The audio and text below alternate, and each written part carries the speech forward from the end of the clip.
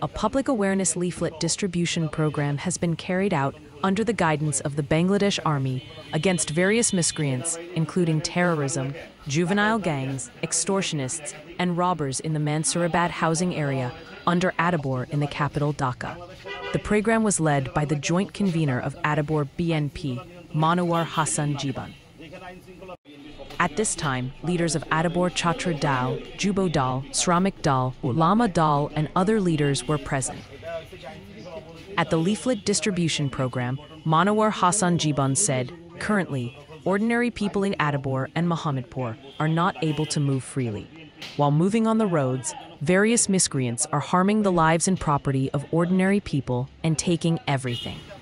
From this situation, everyone should come forward to raise awareness of the people, and everyone should stand united against these terrorists and miscreants and bring them under the law with the help of the Bangladesh Army and ensure exemplary punishment." Adabor থানা BNP Jubodal ছাত্রদল শ্রমিক দল ওলামা দল বাংলাদেশ সেনাবাহিনী এবং বর্তমান সরকারের আইন শৃঙ্খলা বাহিনীর সাথে আইন শৃঙ্খলা নিয়ন্ত্রণ নিয়ে কাজ করছে। মোহাম্মদপুর আদাবরের মধ্যে 11টি রেড জোনের এটাও একটা অন্যতম রেড জোন।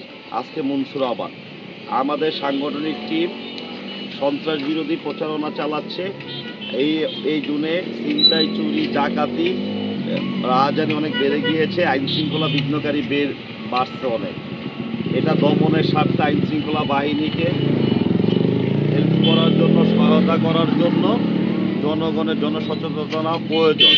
তাই জনসাধারণ যত ব্যবসা প্রতিষ্ঠান আছে এবং ভাইটাল পয়েন্ট আছে, বাংলাদেশ সেনাবাহিনী সন্ত্রাস অভিযানের যেই সকল টিম গঠন করেছে সেই সকল টিমের নাম্বার নোট করে দেওয়া আছে এবং বাংলাদেশ জাতীয়তাবাদী দল বিএনপি যে টিম গঠন করেছে তাদের নাম্বার এই লিফলেটে দেওয়া আছে। এটা শুধু লিফলেট আকারে দেখলে হবে না, আপনারা যারা নেতৃবৃন্দরা লিফলেট বিতরণ করবেন সবাইকে এই লিফলেটটা দৃশ্যমান কোনো জায়গা লাগাতে বলবেন। এটা লাগিয়ে রাখলে অনেক পথচারী, অনেক ভুক্তভোগী যারা মবের শিকার হচ্ছে এবং সন্ত্রাসীর শিকার হচ্ছে, তারা এই নাম্বারগুলিতে, এই যে নিম্নে দেওয়া নাম্বারগুলি সেনাবাহিনীর, এই নাম্বারগুলিতে তারা ফোন দিয়ে সেনাবাহিনীর সহায়তা নিতে পারবে, অন্যান্য আইন শৃঙ্খলা বাহিনীর সহায়তা নিতে পারবে এবং জনপ্রতিনিধিদের সহায়তা নিতে পারবে। জনপ্রতিনিধি হিসাবে যুবদল, ছাত্রদল, শ্রমিক দল, ওলামা দলের নেতৃবৃন্দরা যে সমস্ত টিম গঠন করতে তাদের সহায়তা নিতে পারবে। Desk Report, TV 21